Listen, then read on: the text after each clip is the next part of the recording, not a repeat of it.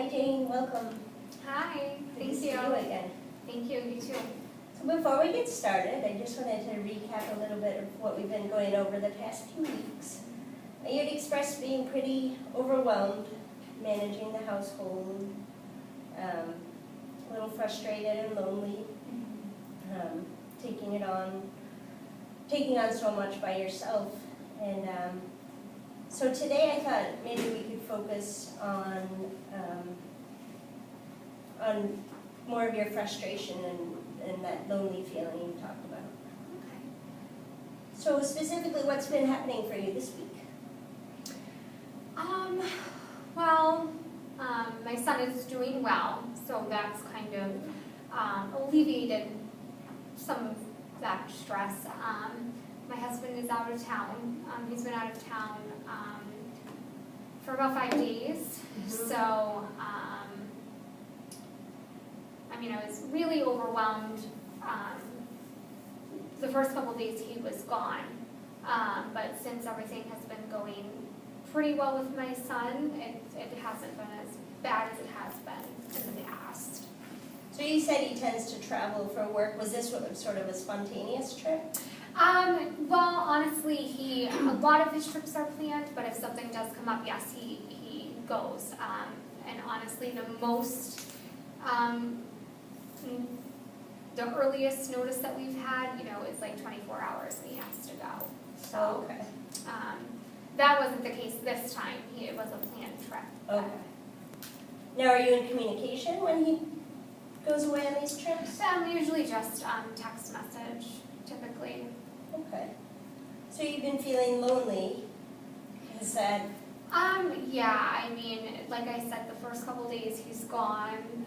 It's more frustration because I feel like everything is on me, but then after I kind of get over that, I do get lonely, and I do,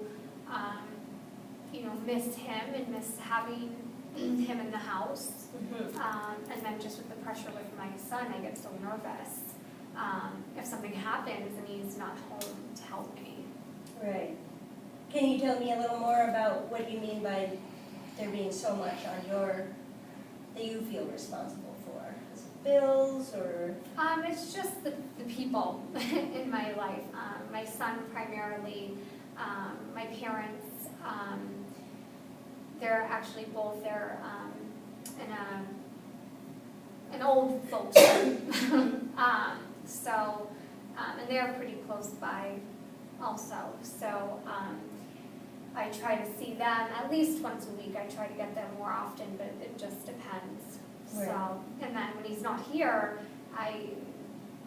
with no one here to come with me, I do feel so alone. I feel like I'm doing it all myself. Sure. It sounds to me like in past relationships, just like your relationships today, you tend to be a natural caregiver. Like with your siblings, they've sort of assumed that you take on your parents and be the one nearby. Yeah. Is that a role that you always felt like you've fallen into, or?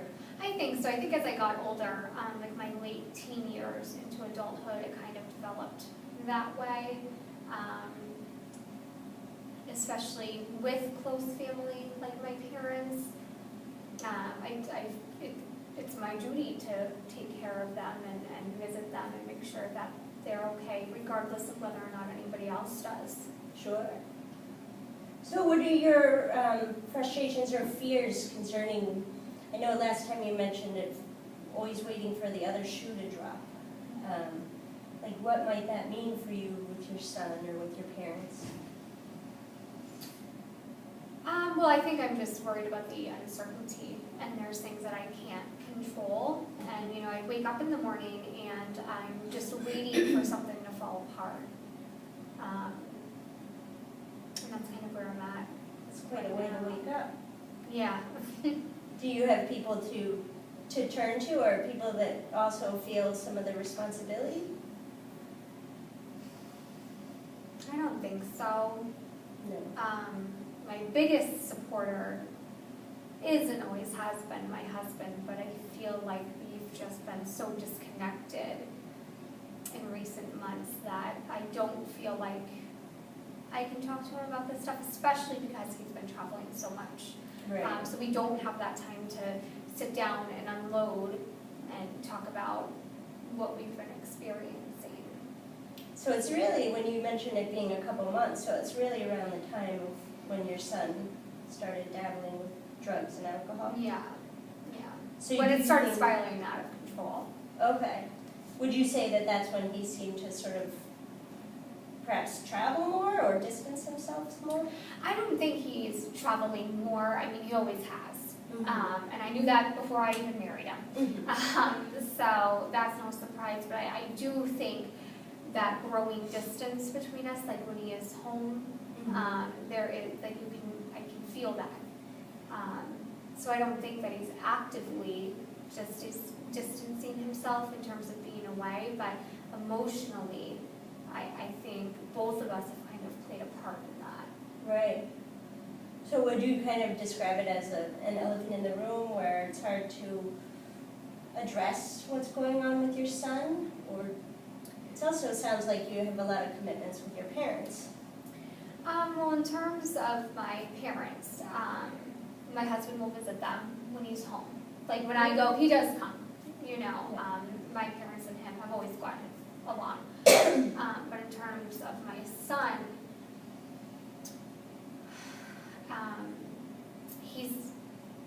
he likes to let him breathe and let him, so he says, because he says I don't let him breathe, but I just think I get so nervous of him doing something that he shouldn't be doing, and my husband just keeps telling me, you know, let it go. He's an adult. He's going to make his own decisions, whether we like it or not, whether he realizes they're the right decisions or not. So it sounds like your son's, David is in a sort of in-between stage. I mean, he depends on you, he's 18, so he is making some of his own decisions. So what would it mean to you to let him breathe? Or what do you fear could happen? Well, I think my husband, you know, when he says let him breathe, like let him make his own decisions, because no matter how much you try to put him in this bubble, he's not going to stay there. He needs to learn. But I fear if I don't, you know, limit him or try to control the environment as much as I can, he'll go off the deep end. And that's frightening to me as his mom. Right. So do you think that your parenting styles or what your husband finds acceptable, for instance, a night out drinking, is normal teenage behavior to your husband, whereas you think it could really escalate? Well, I think just in terms of where he's at right now, it's not appropriate. It's not. But my husband, I don't necessarily think that he thinks it's normal, but he, you know, he's going to do what he's going to do, and you can't control that. And the more I try to, he says, the more he tries to do whatever he wants, regardless of the consequences. So your husband thinks that David's rebelling the more confined he feels? Possibly, yeah. I don't know that we saw it as rebellion at first, but it's pretty clear that his behaviors got out of control very quickly. Can you tell me more about what that out of control looks like for him?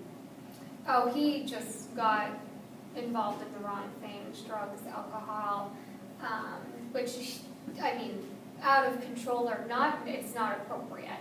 But for him, it really took over his life and affected everything in his life and in ours.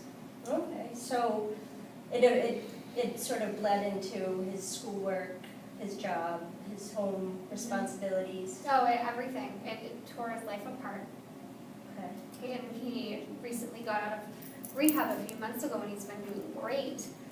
But you know, I know the likelihood of relapse is, it's there.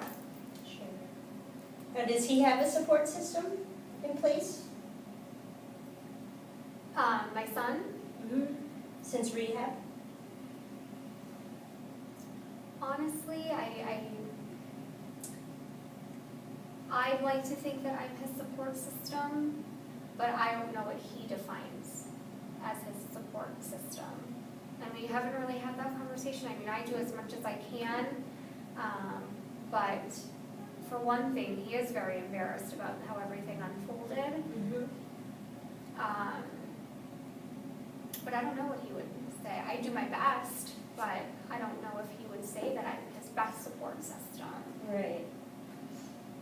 So I guess over this session today, I've heard a lot about you feeling that your son is inappropriate and sort of a need to control and make sure that he goes in the right direction.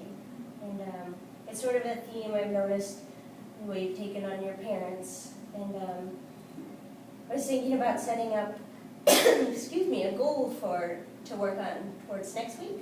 Okay. Something to do with letting go and creating a support system of your own. Sort of letting go of some of that control and having a little bit more support outside your immediate family. How does that sound to you? Oh, good. I would like that very much. Wonderful. Okay, well, today we have to wrap up, but I look forward to meeting you next Tuesday. Yes, well, thank you. Thank you.